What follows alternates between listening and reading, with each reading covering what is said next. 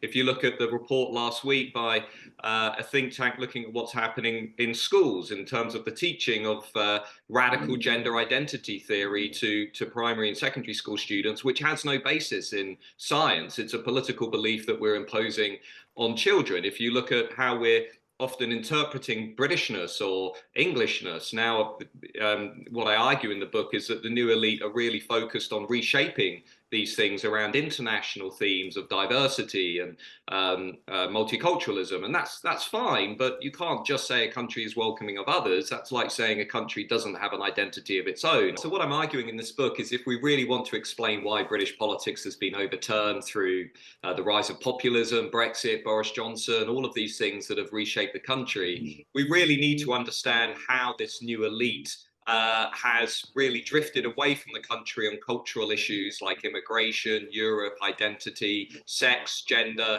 and many more issues. The review of your book the reviews, many of them have been pretty, I'd say less than complimentary, bitter, nasty, resentful. I'm sure you wanted to generate some headlines with it, but were you expecting this sort of negative reaction? Well, I don't think those were reviews of the book. I think those were comments on Twitter. The book itself has gone to number 2 on the Sunday Times bestseller list and was reviewed positively by the Times, among other papers. So I think, but there has been a strong negative reaction among people in the group that I'm pointing to. Basically, Oxbridge, Russell Group graduates who lean very left on cultural issues and who are often not reflecting the views of many voters out there in the country and enjoy, Rosie, disproportionate influence over media, creative industries, cultural institutions, the House of Commons and more. And it's really that group I'm saying, look, if we want to get out of this political turmoil, we really need to strike a better compromise in this country over some of these toxic issues. I wonder what your motivation is, Professor, because you could look at this and the fallout and say, potentially, you're just fanning the flames of division and the culture wars, not just analysing them. Yeah, I don't really buy that at all. I think if you look at where we are in America, if you look at how these issues that I'm talking about have really become, very, very toxic, very, very divisive, I don't really want to see Britain replace or follow the United States. And give you one example, Rosie. I mean, let's take the Scotland Gender Recognition Reform Act, which obviously caused a big hurrah a few months ago.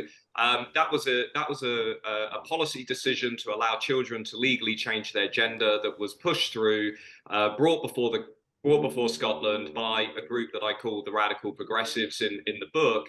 Only 20% of voters supported that, 80% opposed it. If you ask similar questions about should we increase immigration as we're doing, only a very small minority support that. And a whole array of issues, Rosie. What I'm saying here is actually, if we carry on down this line of basically imposing the values and the worldview of a small elite graduate minority on the rest of the country, then there is going to be a political backlash. There is going to be the same kind of rebellions that we've seen in France, in Sweden, in Italy, in the US next year, I suspect. And that's really what the book's about. And I think, the reaction to it has been extremely positive. It's, as I say, at the very top of the bestseller list. I think it will spark a debate. It already has done, and that's a good thing. That's what we're here to do. And I hope people engage with it. Both major party leaders, if we look at the people who really have influence in this country, Rishi Sunak, Keir Starmer, they're both saying arguably some pretty populist things at the moment. Rishi Sunak wants to stop the boats. He supported Brexit. Starmer is currently carrying this line of portraying himself as sort of the fighter for law and order. That doesn't quite marry up with what you're saying.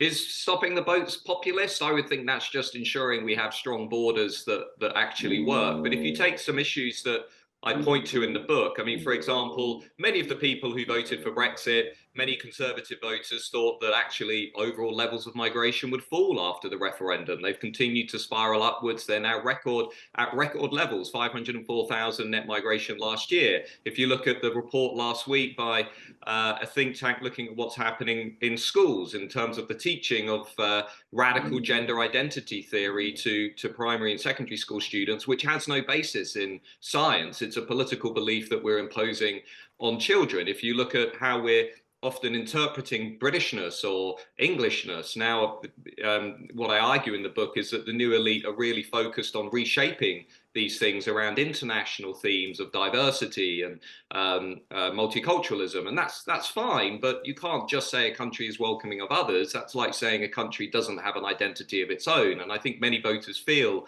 when they watch the adverts, when they see how we talk about British history, when they see how we talk about British culture, that there is a instinctively negative view of these things that they don't share, and that I think they're right. There is a section of the new elite, as I talk about in the book, and I show with evidence and data, that is quite embarrassed about their national identity. They're quite detached from who we are as a country. They don't view things like Britishness as being very important to them, and they think the country is institutionally racist. Many voters don't think like that. Many voters don't really accept that view of who we are as a society, but it is pervading many of the institutions. And the book is really I suppose, a rallying cry to say, can we please diversify the range of voices in our institutions and try and ensure that this very narrow minority view doesn't dominate?